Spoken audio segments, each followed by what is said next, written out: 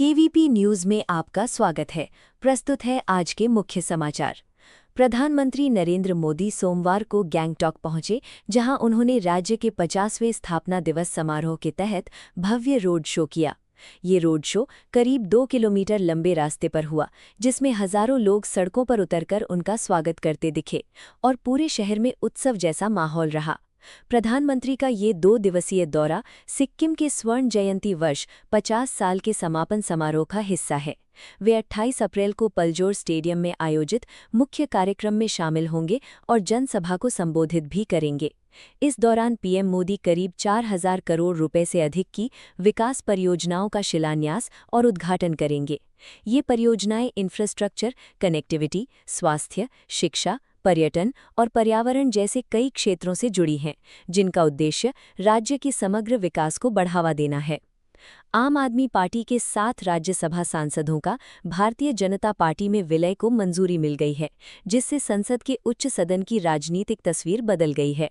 इस घटनाक्रम के बाद राज्यसभा में बीजेपी की ताकत बढ़कर 113 सीटों तक पहुंच गई, जबकि एएपी की संख्या घटकर केवल 3 रह गई। ये बदलाव इसलिए भी अहम है क्योंकि इससे बीजेपी और उसके गठबंधन एनडीए की स्थिति और मजबूत हो गई है, जिससे सरकार को विधेयक पास कराने में आसानी मिल सकती है। इस राजनीतिक बदलाव को विपक्ष के लिए बड़ा झटका माना जा रहा है, खासकर एएपी के लिए, जिसके अधिकांश राज्यसभा सांसद एक साथ पार्टी छोड़ गए। वहीं एएपी ने इस कदम का विरोध करते हुए इसे लोकतंत्र के खिलाफ बताया और दल बदल कानून के तहत कार्रवाई की मांग भी उठाई। सुप्रीम कोर्ट ने एक मामले में कहा कि लंबे समय तक लिव इन रिलेशनशिप में साथ रहने और आपसी सहमति से संबंध बनाने के बाद यदि रिश्ता टूट जाता है तो केवल इस आधार पर यौन उत्पीड़न का मामला नहीं बनता। कोर्ट के अनुसार लिव इन संबंध शादी की तरह कानूनी रूप से बाध्यकारी नहीं होते, इसलिए इसमें दोनों में से कोई भी कभी भी अलग हो सकता है और ये अपने आप में अपराध नहीं है। हालांकि ऐसे मामलों में महिला बच्चे के पालन पोषण के लिए अधिकार मांग सकती है, लेकिन हर ब्रेकअप को आपराधिक मामला नहीं माना जा सकता। प्रसिद्ध भारतीय फोटो जर्नलिस्ट रघु राय का 26 अप्रैल 2026 को 83 वर्ष की उम्र में निधन हो गया। वे पिछले 6 दशकों से अधिक समय तक भारत के सामाजिक राजनीतिक जीवन को अपने कैमरे में कैद करने वाले सबसे प्रभावशाली फोटोग्राफरों में गिने जाते थे। रघु राय की सबसे चर्चित तस्वीरों में से एक भोपाल गैस त्रासदी के बाद की थी, जिसमें एक मासूम बच्चे का निर्जीव चेहरा दिखता है। इस तस्वीर के बारे में उन्होंने कहा था कि उस चेहरे में ऐसा सन्नाटा था जो किसी चीख से भी ज्यादा तेज था।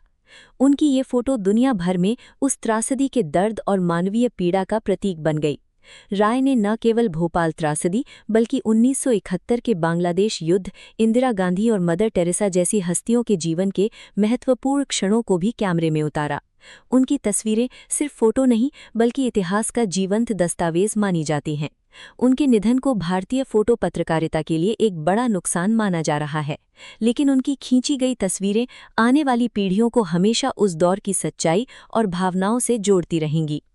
राष्ट्रपति द्रौपदी मुर्मू सोमवार को हिमाचल प्रदेश के शिमला पहुंची, जहां राज्यपाल और मुख्यमंत्री ने उनका स्वागत किया। वो यहां लगभग 5-6 दिन के ग्रीष्मकालीन प्रवास पर रहेंगी और मशोबरा स्थित राष्ट्रपति निवास में ठहरेंगी। अपने इस दौरे के दौरान राष्ट्रपति कई महत्वपूर्ण कार्यक्रमों में हिस्सा लेंगी। वे अटल टनल रोहतांग का दौरा करेंगी और वहां के कार्यों की जानकारी लेंगी। इसके अलावा चौधरी सरवण कुमार हिमाचल प्रदेश कृषि विश्वविद्यालय पालमपुर में आयोजित दीक्षांत समारोह में मुख्य अतिथि के रूप में शामिल होंगी। इस दौरान उनका शिमला में सेना के आर्मी ट्रेनिंग कमांड के कार्यक्रम में भाग लेने और अन्य आधिकारिक आयोजनों में शामिल होने का भी कार्यक्रम है। पूरे दौरे को लेकर सुरक्षा के कड़े इंतजाम किए गए हैं। ईरान के विदेश मंत्री अब्बास अरागची ने रूस पहुंचकर राष्ट्रपति व्लादिमीर पुतिन से मुलाकात की है। ये बैठक ऐसे समय हुई है जब अमेरिका और ईरान के बीच चल रही बातचीत ठप पड़ी है और क्षेत्र में तनाव बना हुआ है।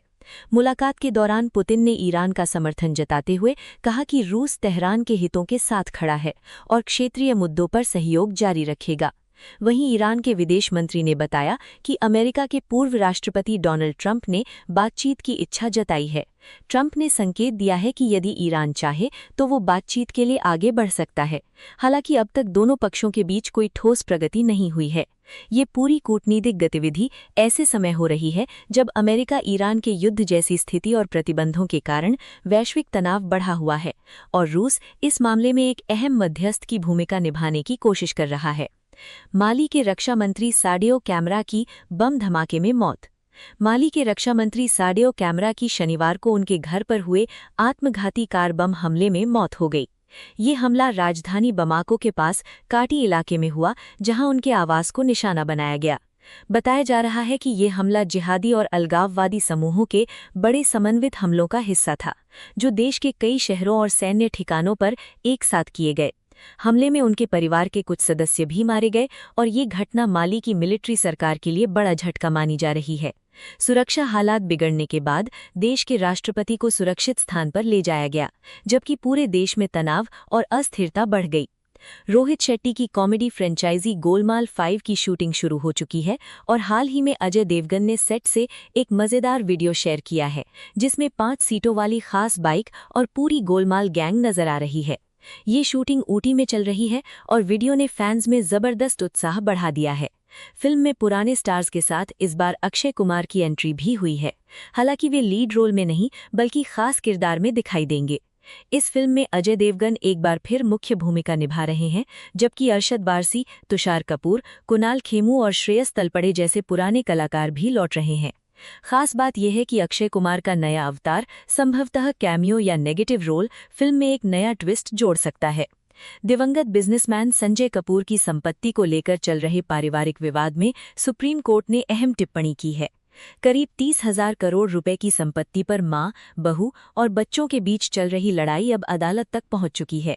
सुनवाई के दौरान कोर्ट ने खास तौर पर संजय कपूर की मां रानी कपूर की उम्र करीब 80 वर्ष का जिक्र करते हुए कहा कि ये मामला लंबा चल सकता है, इसलिए बेहतर होगा कि सभी पक्ष आपसी बातचीत और मध्यस्थता से विवाद सुलझाएं। कोर्ट ने साफ कहा कि इस उम्र में कोर्ट में लंबी लड़ाई लड़ना उचित नहीं है। मामले में सुप्रीम कोर्ट ने प्रिया कपूर सचदेव समेत 22 लोगों को नोटिस जारी कर जवाब भी मांगा है। साथ ही ये भी कहा कि जब तक केस चल रहा है तब तक संपत्ति और एस्टेट की सुरक्षा निश्चित की जानी चाहिए, ताकि किसी तरह की गड़बड़ी या दुरुपयोग न हो।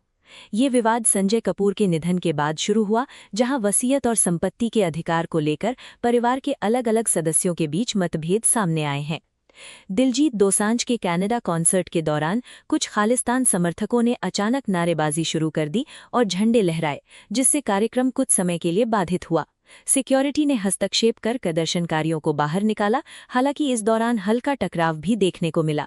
इस घटना के बाद सिक्स फॉर जस्टिस से जुड़े लोगों ने सिंगर पर आरोप लगाते हुए उन्हें बीजेपी आरएसएस से जोड़कर बयान दिया, जिससे ये मामला और विवादित हो गया। रोहित शर्मा ने अपनी फिल्म धुरंधर द रिवेंज की सफलता के बाद पहली बार अपने किरदार को लेकर खुलकर बात की। उन्होंने बताया कि फिल्म में हमजा का रोल निभाना उनके करियर के सबसे कठिन अनुभवों में से एक था।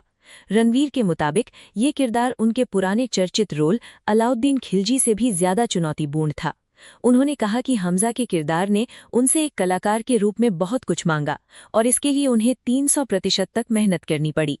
उन्होंने ये भी माना कि जहां खिलजी का रोल पहले उनके सबसे इंटेंस किरदारों में गिना जाता था, वहीं हमजा का किरदार भावनात्मक और मानसिक रूप से और ज्यादा थका देने वाला साबित हुआ। इस रोल में गहराई लाने के लिए उन्हें खुद को पूरी तरह झोंकना पड़ा। आईपीएल 2026 में रॉयल चैलेंजर्स बेंगलुरु ने शानदार प्रदर्शन करते हुए दिल्ली कैपिटल्स को 9 विकेट से हराकर सीजन की अपनी छठी जीत दर्ज की। दिल्ली की टीम पहले बल्लेबाजी करते हुए पूरी तरह बिखर गई और सिर्फ 75 रन पर ऑल आउट हो गई। आरसीबी के गेंदबाजों ने शुरुआत से ही दबाव बनाया, जिसमें जॉश हेजलवुड ने 4 विकेट और भुवनेश्वर कुमार ने अहम झटके दिए, जिससे डीसी की बल्लेबाजी धाराशाही हो गई। लक्ष्य का पीछा करने उतरी आरसीबी ने बेहद आसानी से मैच जीत लिया और सिर्फ 1 विकेट खोकर मुकाबला अपने नाम कर लिया।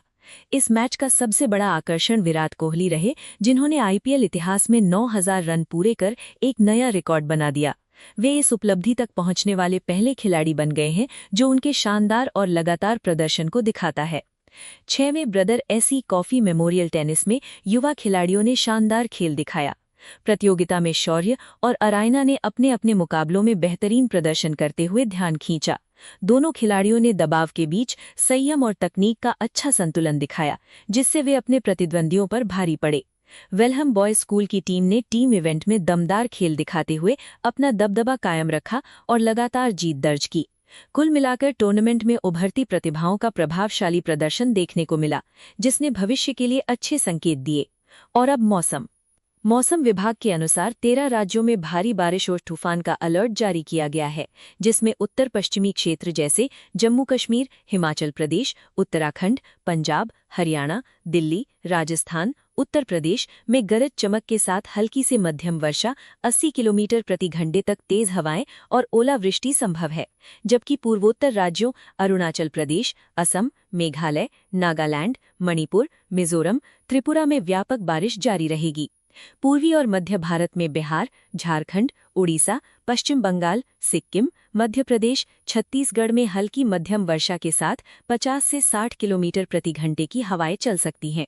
वहीं दक्षिणी राज्यों तमिलनाडु, केरल, कर्नाटक, तेलंगाना, आंध्र प्रदेश में छिटपुट वर्षा या शुष्क मौसम रहेगा। गर्मी का प्रभाव पश्चिमी राजस्थान, गुजरात क्षेत्रों में लू के रूप में